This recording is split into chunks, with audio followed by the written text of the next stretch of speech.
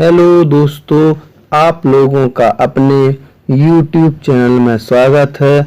आज हम लोग बात करेंगे केंद्रीय विद्यालय एडमिशन के बारे में।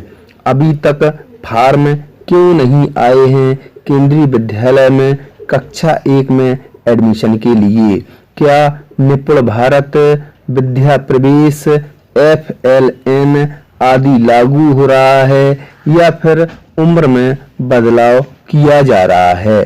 क्या ये सभी कारण हैं फॉर्म को देर से आने के? तो इन सभी चीजों के बारे में हम लोग बात करेंगे कि निपुण भारत क्या है, विद्या प्रवेश क्या है, FLN क्या है और इसके साथ साथ क्या उम्र में भी बदलाव हो सकता है केंद्रीय विद्यालय में इस आने वाले नए सत्र में। जैसा कि नई शिक्षा नीति लागू हो रही है, इस नई शिक्षा नीति में निपुण भारत विद्या प्रवेश और FLN को शामिल किया जाएगा या नहीं।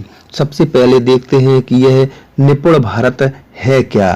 तो निपुण भारत को NCERT के द्वारा तैयार किया गया है, जिसका कि मुख्य उद्देश्य आधारभूत साक्षरता एवं संख्यात्मकता के ज्ञान को छात्रों के अंतर्गत विकसित करना है।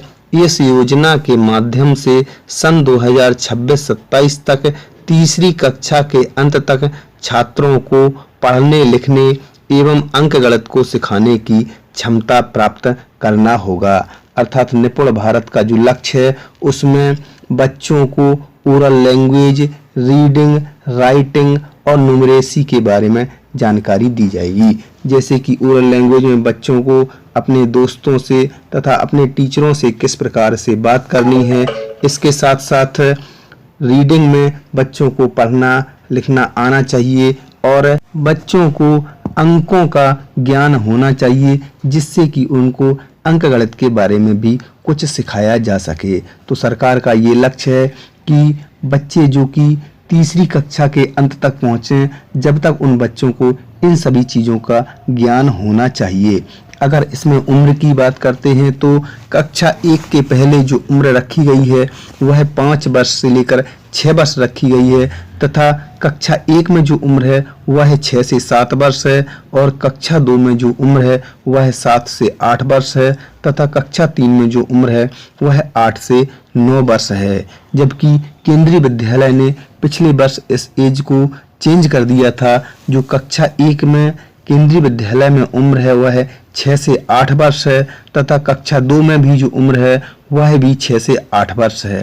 तो इसमें जो उम्र है वह कक्षा 2 में जो उम्र दिखाई गई है वह 7 से 8 वर्ष है, जबकि कक्षा 1 में 6 से 7 वर्ष है। तो इसमें एज में अंतर है, क्योंकि इसको भी NCERT के द्वारा बनाया गया है तथा केंद्रीय विद्यालय में भी NCERT का ही कोर्स चलता है। तो इस एज को देखते हुए ही अनुमान लगाया जा रहा है कि केंद्रीय विद्यालय में भी एज में कुछ चेंजमेंट हो सकता है। इसके बाद आता है विद्या प्रवेश।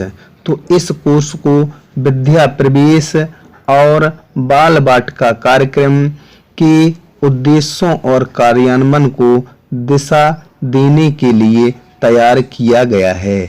यह उन बच्चों के लिए है जो कक्षा 1 में डायरेक्ट एडमिशन लेते हैं, अर्थात वह बच्चे जो सीधे कक्षा 1 में ही एडमिशन लेते हैं वह बच्चे नर्सरी, KG1 और KG2 में नहीं पढ़े होते हैं। अर्थात उन बच्चों को बेसिक जानकारियां नहीं होती हैं तथा वह बच्चे डायरेक्ट कक्षा 1 में एडमिशन लेते हैं। जैसा कि केंद्रीय विद्यालय में हर जगह पर बाल वाटिका का अभी शुभारंभ नहीं किया गया है, तो वह बच्चे डायरेक्ट कक्षा 1 में केंद्रीय विद्यालय में आते हैं। तो उन बच्चों को, क्योंकि वह नर्सरी और KG1 और KG2 में नहीं पढ़े होते हैं, तो उन्हें बेसिक जानकारियां नहीं होती हैं।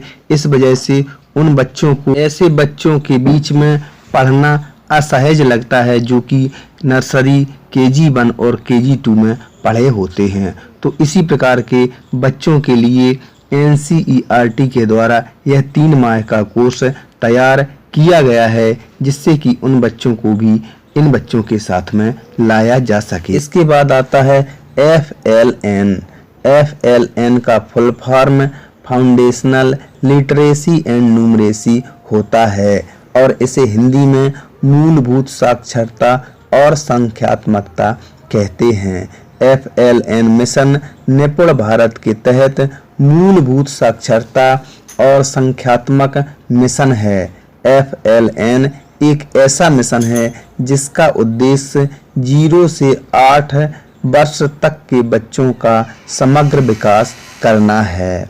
अर्थात इसका भी मुख्य उद्देश्य जो है वह है मूलभूत साक्षरता और संख्यात्मकता है, जिसमें कि जो छोटे बच्चे हैं 0 से लेकर 8 वर्ष तक के बच्चे हैं उन्हें साक्षरता के बारे में जैसा कि पढ़ना लिखना और नंबरों के बारे में भी कुछ जानकारी होना चाहिए। FLN निपुण भारत तथा विद्या प्रवेश का ही हिस्सा है, क्योंकि इसमें पूरे समाज को यह जिम्मेदारी दी गई है कि समाज का प्रत्येक व्यक्ति कम से कम एक बच्चे को जो मूलभूत साक्षरता है उसको उपलब्ध करवाए, जैसे कि उसको लिखने पढ़ने तथा बोलने चालने और संख्यात्मकता के बारे में अंकों का भी ज्ञान कराए, जिससे कि वह मूलभूत शिक्षा को प्राप्त करे।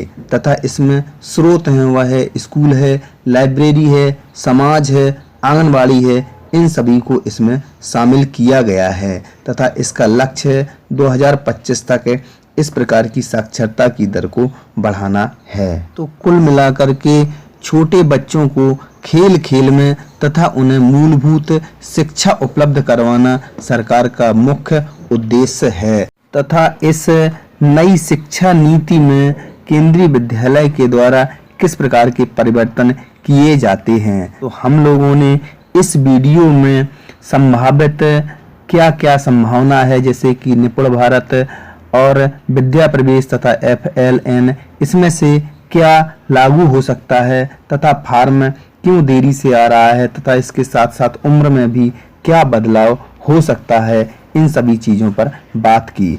अगर आपको ये वीडियो अच्छा लगा हो तो वीडियो को लाइक करें तथा चैनल को सब्सक्राइब करें। धन्यवाद।